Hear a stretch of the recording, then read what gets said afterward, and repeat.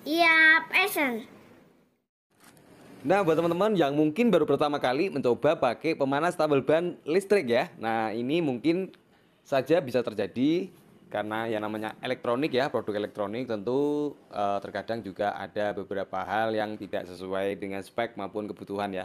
Nah, kali ini untuk pemanas tambal ban listriknya ini kondisi baru, namun setelah kita coba melakukan pengepresan untuk tambal ban, hasilnya melendung atau hamil ya, atau bunting besar seperti ini.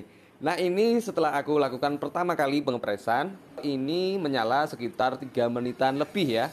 Nah, ini perlu di cross check atau dilakukan setting ulang sebelum melakukan penambalan ban pada atau milik konsumen ya. Tentunya ini harus diperhatikan betul-betul. Jadi jangan langsung dibuat untuk melayani pelanggan. Tips pertama yang kita lakukan untuk mengoprek dari pemanas ini, kita coba buka untuk termostatnya ya. Nah, termostatnya ini adalah saklar otomatis pengatur suhu ya. Jadi ketika mencapai suhu tertentu, nah ini alat secara otomatis akan mati. Nah, kemudian kita lakukan pengecekan, dibuka termostatnya, ada 2 skrup ya. Nah, di bawah termostatnya ini ada yang namanya isolator ya. Nah, isolatornya tadi berupa kertas ya, diambil, kemudian termostatnya dipasang kembali. Kemudian dilakukan pengecekan ulang ya, apakah suhunya sudah pas atau belum, dan matinya apakah sudah sesuai dengan yang diinginkan ya. Idealnya untuk pemanas yang diameter 8 cm ini durasi menyala 2 menitan ya, dan tidak lebih dari 2 menit 15 detik seharusnya. Idealnya kalau pemakaian tanpa tambahan alas ya. Ternyata dari proses pengepresan yang kedua ini menyala sekitar 2 menit 44 detik ya. Nah, hasilnya kompon matang sempurna. Cuman untuk permukaan bannya masih agak melepuh ya. Walaupun tidak separah di awal pengepresan ya. Ini sudah agak mendingan dan suhunya durasi menyalanya lebih pendek dari yang pertama. Yang pertama 3 menit lebih 15 detik. Kemudian untuk percobaan yang kedua ini ada di angka 2 menit 44 detik. Untuk hasilnya tidak terlalu buruk ya. Namun memang untuk karet bannya ini masih agak melepuh sedikit ya. Kemudian tips selanjutnya atau tips yang kedua, kita melakukan pemakaian alas ya, atau pemberian alas pada bawah pres atau pemanas listriknya ini, ditambahi alas dari platnya. Ini aku buat dari plat nomor yang aku tekuk. Jadi ini 2 lapis ya untuk dibikin seperti ini, yang kemudian juga dilakukan pengamplasan agar permukaannya halus dan hasilnya bagus.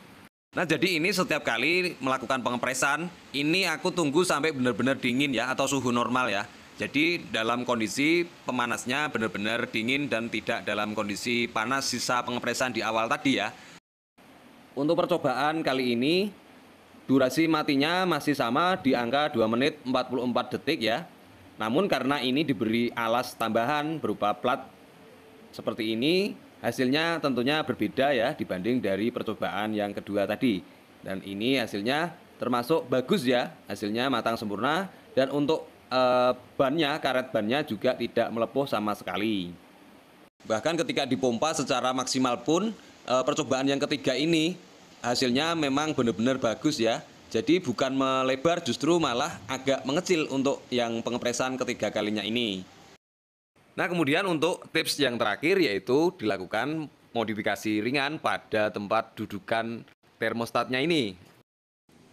Jadi dibuka semuanya mulai dari tumpuan pres atau murnya ini dibuka ya. Kemudian termostatnya ada 2 skrup juga dilepas semuanya. Kemudian kabel-kabelnya pun juga dilepas ya, agar nanti dilakukan pemaprasan bisa lebih mudah. Kemudian untuk membuka bodinya jangan lupa diputar-putar seperti itu tadi. Kemudian untuk kabelnya kita potong pada bagian isolator ya. Isolatornya saja, bukan kabelnya yang dipotong ya. Kemudian ini elemennya kita lepas dari kabel. Ini perakitannya juga cuman di pelintir aja ya. Jadi ini dibuka semuanya.